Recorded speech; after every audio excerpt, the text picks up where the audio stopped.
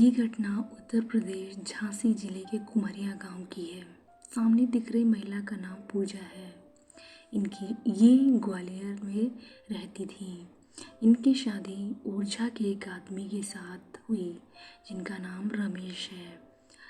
और ये शादी एक लव मैरिज शादी थी। कुछ समय बाद इनकी अपनी पति से अनबन होने के कारण इन्होंने अपने पति पर गोली चलवाई, जिसके कारण इनको जेल जाना पड़ा। कोर्ट में पेशी के दौरान इनकी मुलाकात एक शख्स के साथ हुई जिनका नाम कल्याण था, जिनके पे 6 मुकदमे थे और इनका आपराधिक इतिहास भी था। बाद में दोनों ने शादी कर ली। कुछ समय बाद कल्याण की रोड एक्सीडेंट में मौत हो गई। पूजा इसके बाद अपने ससुराल रहने लगी। वहाँ पूजा का संबंध उसके जेठ संतोष से हो गया। पूजा उनकी पत्नी बनकर रहने लगी। दोनों की एक बेटी भी है। संतोष की पहली पत्नी रागनी और पूजा के बीच विवाद बढ़ा और यह बंटवारे तक पहुंच गया, जिसके बाद पूजा ने ससुराल में आधी जमीन का दावा करने लगी, जिसका विरोध पूजा की सास सुशीला देवी ने जमकर किया। पूजा की सास पूजा को बिल्कुल पसंद नहीं करती थी। एक दिन सुशीला देवी घर पर अकेली थी। उसी रात उनके घर डकैती की वारदात हुई और उनकी हत्या कर दी गई। इस घटना का पता जब दूसरे दिन शाम को सुशीला के पति अजय जब घर वापस आए तो उन्होंने देखा कि गेट बाहर से बंद है। जब वो अंदर आए तो उनको इस हत्या का पता चला। सुशीला की बड़ी बहू जो कि 8 महीने से मायकी थी, उनका उनके पति और ससुराल से विवाद भी चल रहा था।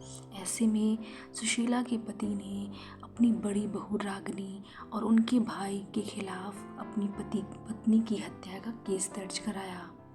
पुलिस ने इस केस को सॉल्व करना शुरू कर दिया और पाया कि पूजा कत्ल की खबर सुनने के बाद भी घर नहीं लौटी। यहीं से पुलिस को पूजा पर शक हुआ और झांसी की पुलिस ग्वालियर में पूजा के मायके पहुंची। उन्हें हिरासत में ली।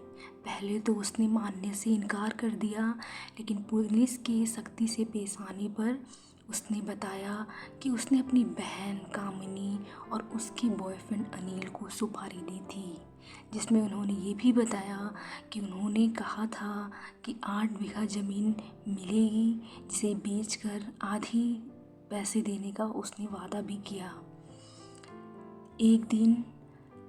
एक दिन जब वो मायके थी तभी उसने अपने ससुर को ग्वालियर यह कह के बुला लिया कि उनकी पोती का जन्मदिन है और अपने जेठ को ये कह के बुला लिया कि वो दोबारा से प्रेग्नेंट हो गई हैं।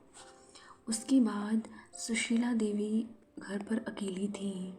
कामनी और अनिल उनके घर गए और पहले उनको नशीला इंजेक्शन दिया, जिससे वो बेहोश हो गई और उनकी गला दबाकर हत्या कर दी गई। बाद में ये 8 लाख के गहने भी लेकर फरार हो गए। कॉल डिटेल और लोकेशन के माध्यम से पुलिस द्वारा अब तीनों हिरासत में हैं। संतोष ने कहा कि वो अपनी बेटी को खुद अपने पास रखेंगे। दोस्तों, इसमें आपकी क्या राय है? कमेंट में ज़रूर बताएं।